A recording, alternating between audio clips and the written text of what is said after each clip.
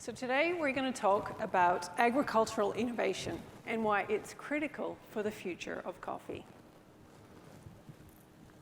When Charles Darwin published The Origin of the Species more than 150 years ago, he spoke a lot about competition as a key driver behind natural selection. This biological concept of survival of the fittest rapidly captured the public's imagination. The concept of competitors competing for survival, competing for scarce resources, is a powerful one that continues to pervade our culture and is used to describe everything from sibling rivalry to business success to global politics. But the field of biology has evolved since then, and we now know the interaction between living organisms is a whole lot more complex and nuanced than mere competition. From the one-dimensional concept of survival of the fittest, we now have a more holistic, three-dimensional understanding of ecosystems. An ecosystem is a community of living things, all interacting with each other and interacting with their environment, like this example of a rainforest, where we do indeed have competition, plants competing for light, animals competing for food, but there's a whole multitude of other interactions that are happening there.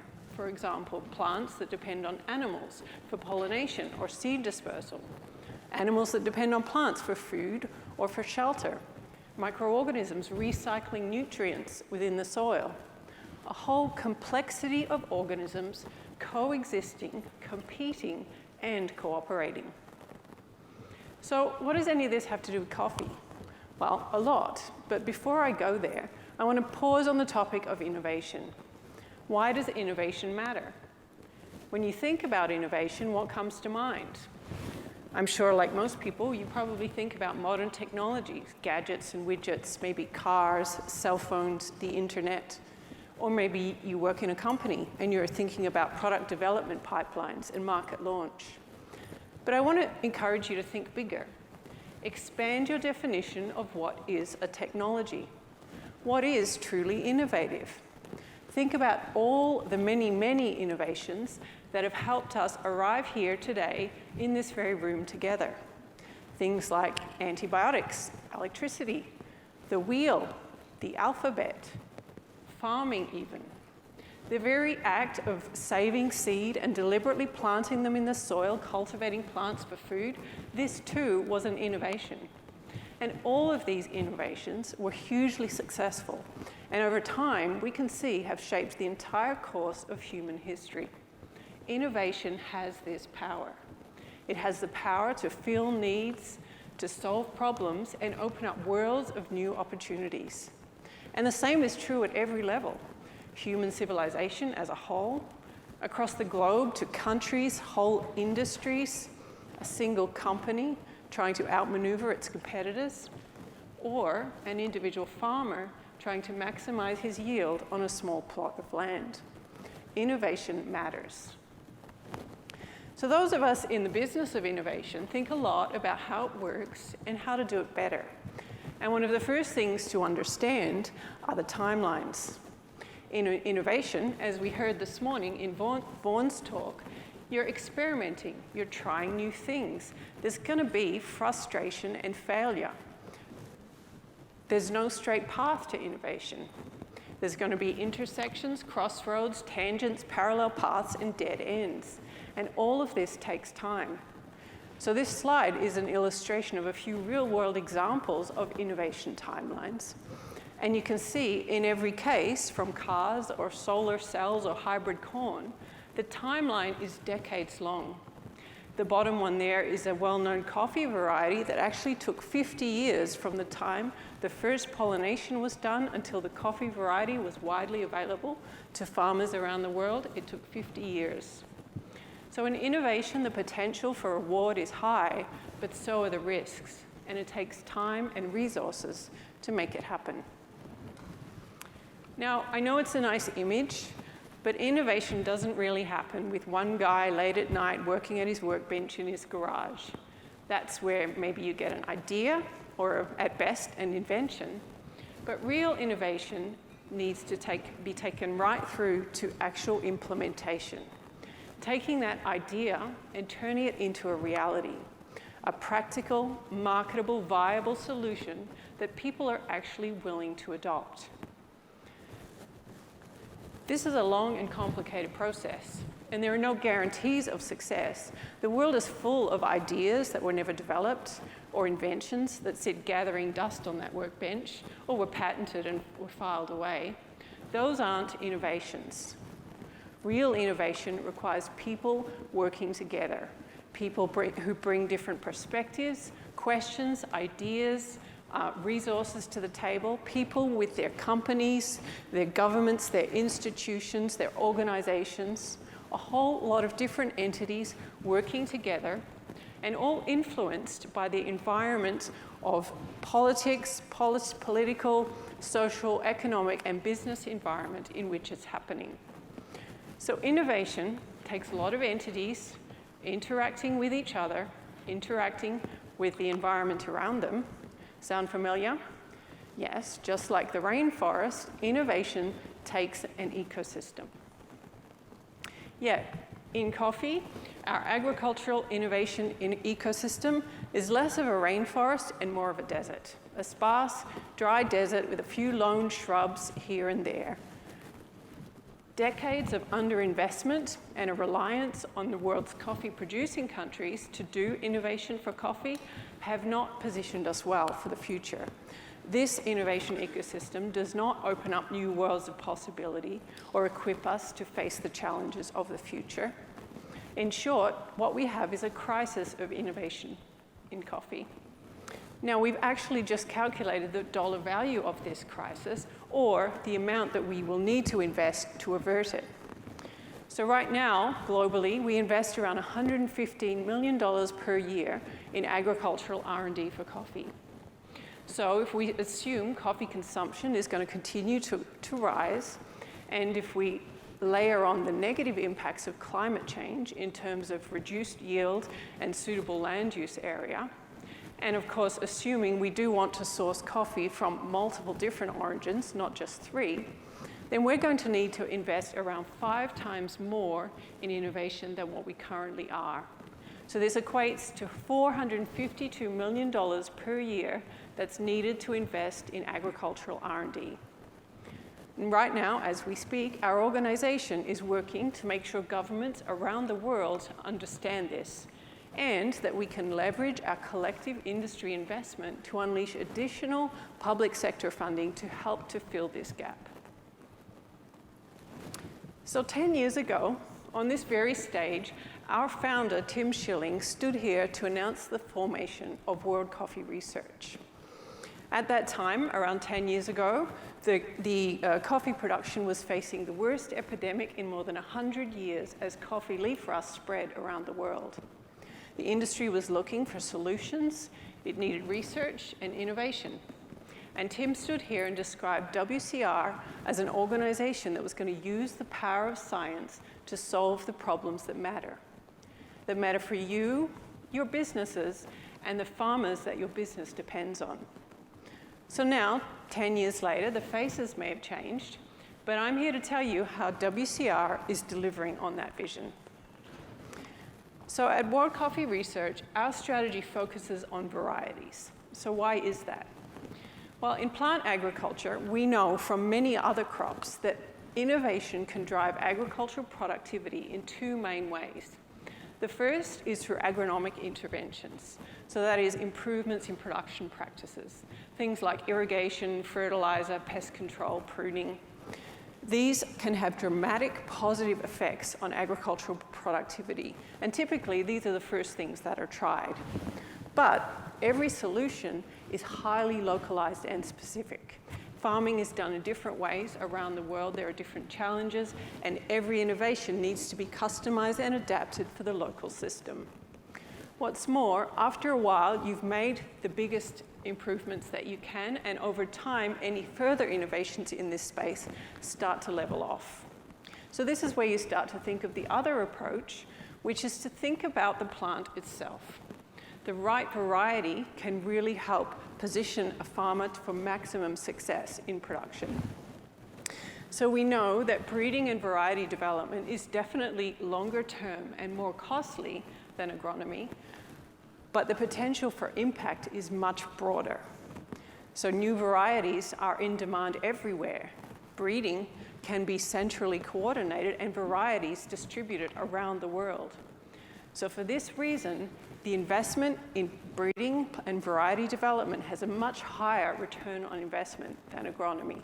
And this is where our organization, World Coffee Research, chooses to put our focus.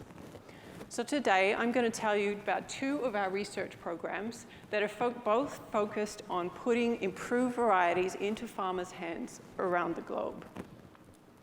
The first is the International Multi-Location Variety Trial, or IMLVT as we refer to it.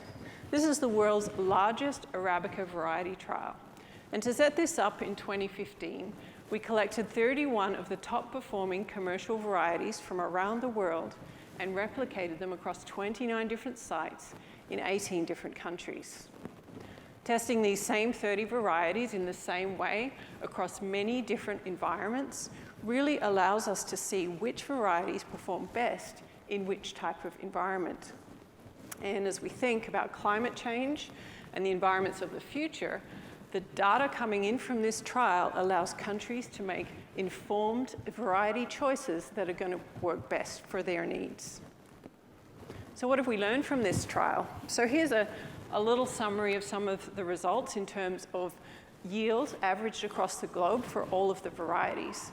But in some ways, I don't like to show this chart because boiling it all down to a single global average masks some of the interesting stories and the really useful specific information that we can get from this data.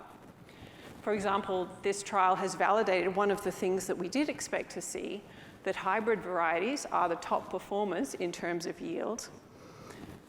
But we know hybrids are not suitable for every coffee farmer. And so what's really encouraging to see is some of the fixed line varieties are comparable in terms of yield. And then, of course, yield isn't everything. We have all the data on cup quality, where when we look at this data, we can see the impact of both genetics, that is the variety itself, and the environment in which it's grown. Then when we layer on the disease data and site-specific performance, we have a really powerful global data set where countries are able to make informed variety decisions for their own particular conditions. So with the IMLVT, we're focusing on the three most important traits of yield, disease resistance, and quality. These three traits are the three that matter most for farmers to be able to grow coffee sustainably and profitably, and for the industry as a whole to ensure successful production of many diverse origins. So in the IMLVT, we are evaluating the best of existing varieties. The next thing to think about then is how can we do better?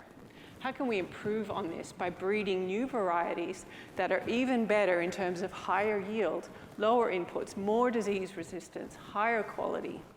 And so this is where we are now, thinking about these results, building on what we've learned from the IMLVT, and very proud to have just launched a global breeding program. So Innovea is a global collaborative network of coffee breeders from government institutions around the world, all working together to improve coffee varieties. This network represents a transformational change in the way coffee breeding is done. For the first time in over 50 years, an improved collection of coffee planting material is going to be distributed all around the world. And we're using the most modern scientific approaches to breeding to evaluate the data across all of the sites, many different environments, which really allows us to optimize the selections and breed varieties for the climates of the future. And the other thing, baked into the design of this network itself, is the flexibility that allows countries to breed their own varieties that are going to work specifically for them. You see, for countries, varieties are inherently competitive. Ideally, a country wants a variety that's adapted to their own local production conditions, They may want to target specific market segments, quality targets, or even flavor profiles. A country will want a variety that's going to work best for them and give them a competitive edge over their neighbors. So Innovea allows them to do that by focusing on the pre-competitive work, upstream work of population improvement. So everyone works together to develop an improved population, diverse coffee material, and then the individual breeders operating within a country can then take that material, select, and further breed the finished varieties that are going to work best for them. So you see with Innovea, the network, it's designed in such a way to incorporate both collaboration and competition in a model known as co-opetition. So the system of co-opetition allows us to partner and collaborate with countries and companies that would otherwise fiercely compete with each other. So when I reflect on the progress that World Coffee Research has made in the past 10 years, really, the most important innovation that has come out of the work that we've done so far is the model itself. This system of co-opetition and the innovation ecosystem that we are building, it's like nothing that has ever come before in coffee. It's a nimble and flexible approach that allows us to optimize the use of scarce resources and responds to the complex realities of coffee. So I feel optimistic about the future of coffee because innovation is, by nature, long-term, competitive, and collaborative. And we're working together to ensure the future of coffee. Thank you.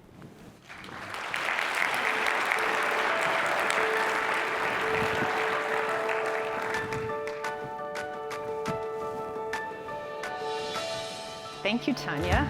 Have a seat. Your preferred seat. See the vantage point from each side of the room. All right, everyone, you've been through this before in the morning. Please submit your questions via the QR code, the link. Maybe you still have it open on your phone, because I'd love to integrate some of your questions into this conversation that I get to have with Tania. First of all, well done.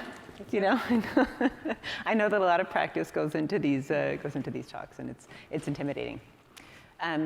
Also, I know that you're like sort of new to the coffee industry. I think you joined WCR like a year-ish ago. Yep. So I'm just curious to know, what drew you to coffee?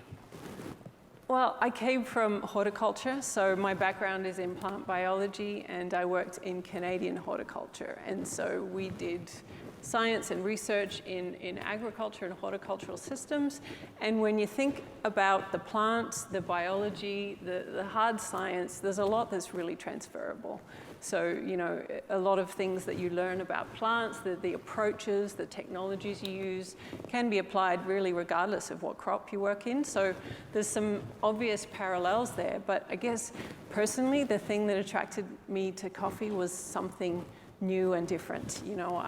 I was focused in Canada in horticultural crops, a whole range of different crops, but it was very much, a North American production system. It was all about local food and competitiveness in the Canadian context. And so the transition to coffee was really attractive because of the international aspect of it, because it truly is a global industry, and the way that it's separated from the production and the consumption of coffee is separated across the globe, and it's all there's all this complexity of the industry and the processing and the whole coffee culture.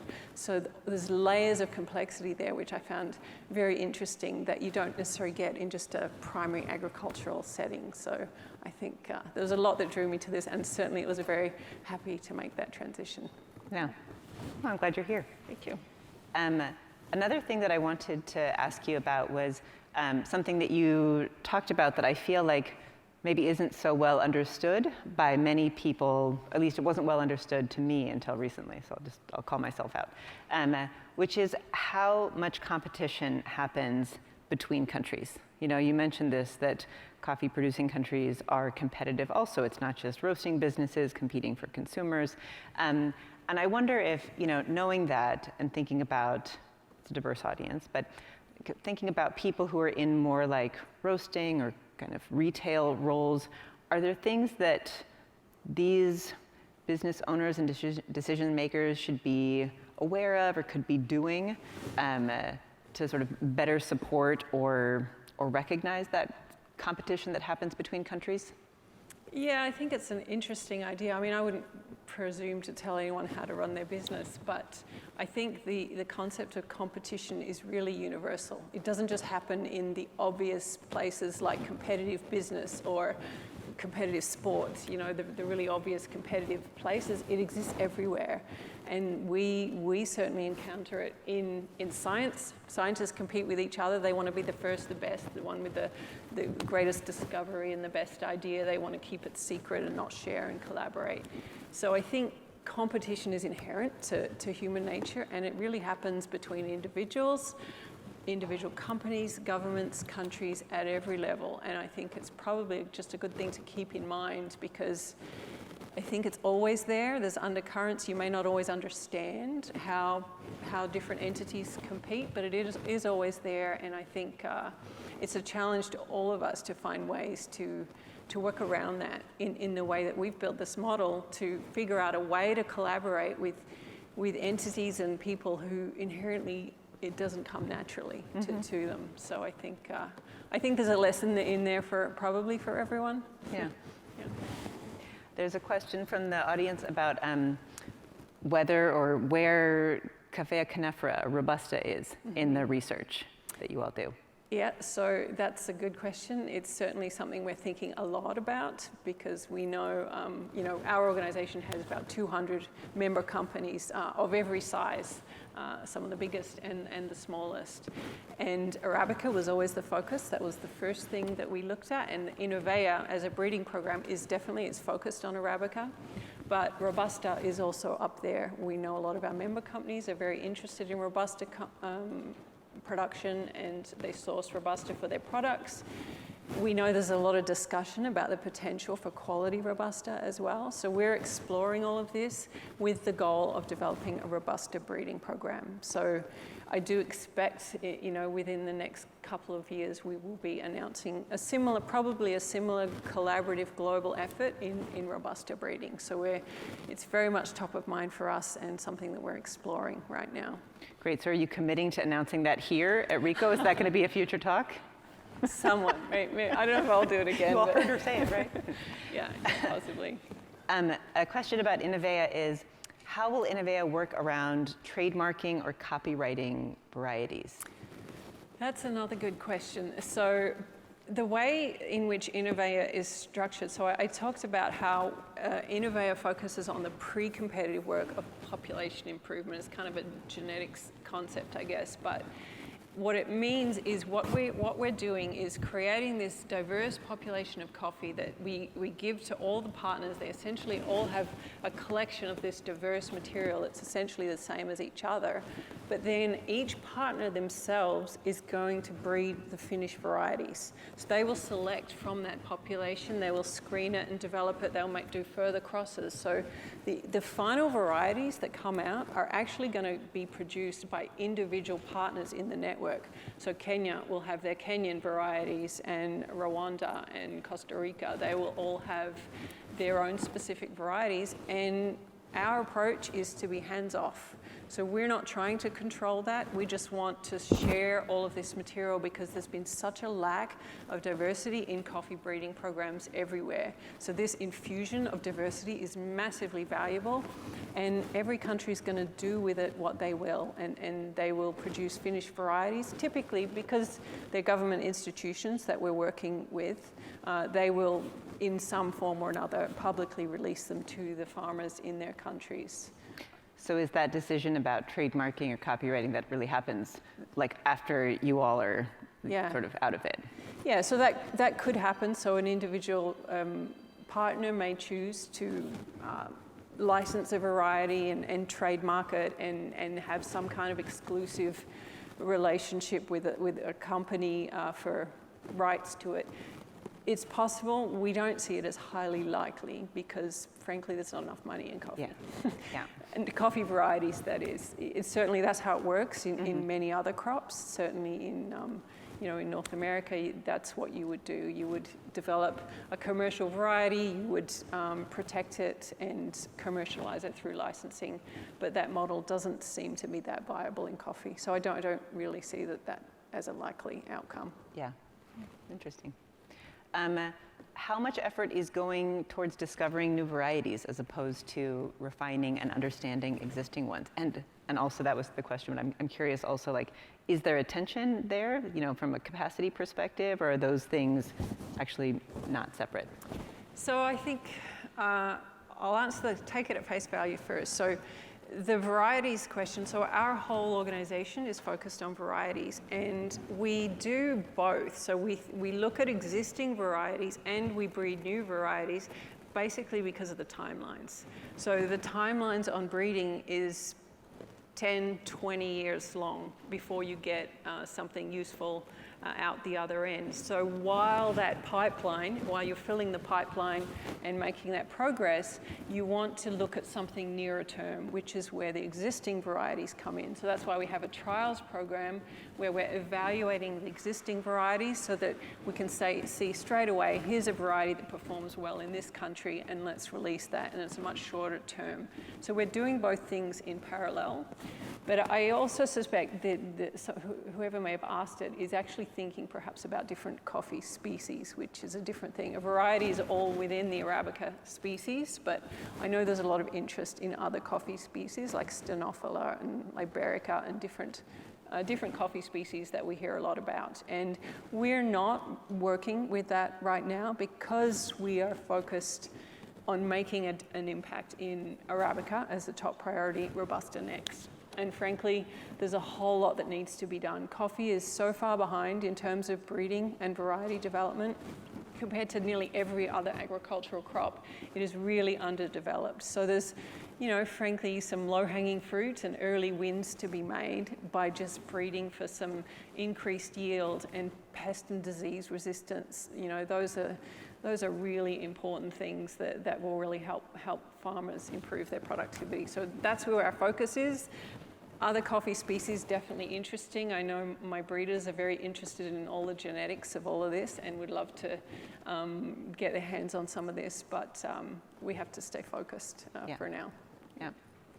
I think we probably have time for one more question. So I'm sort of scanning here and looking at them, and they're all good. And okay, so I'm just going to pick. When it comes to the importance of yield, disease resistance, and quality, did the research discover any significant differences between shade-grown coffees versus plantation or sun-grown coffees? Yeah, that's an interesting question. Certainly, we could dig into the data to look at that. We've, across 29 sites, we've certainly got a mix of shade and open sites that we could analyze. Not specifically is the answer. One of the things that is really obvious perhaps is in our sites in India are really notable because they are intensely shaded, and the growth of the material in India is much slower. So the yields tend to be a lot lower in shade, mostly because the plants grow slower, they're younger, but it's still very good quality. But I don't think we don't have that result off the top of my head, but we could. That's what's interesting about the data, is there's so much data there, and we've really just done the first pass to do some quick analysis of those three traits, but there's all kinds of interesting things in that data that you could ask specific questions about different locations and different climatic conditions, and you could dig into it and really open it up, which is kind of where we're at now, where we have this great data set that's just growing. Now it's at some critical mass where it's really interesting, and we're starting to dig into it and look at these things and answer some of these questions. So hopefully we'll be able to publish some interesting results out of that in the next year or so. Yeah, so another celebration of data coming at it from a very different angle than our speaker this morning, talking about data. Yeah. So. I didn't show too much, I hope. Yeah, no, your slides were great. Well, thank you so much for being here with us. Thanks for sharing this new work of WCRs, and yeah, on to the next. Great, thanks, Kim. Thank you.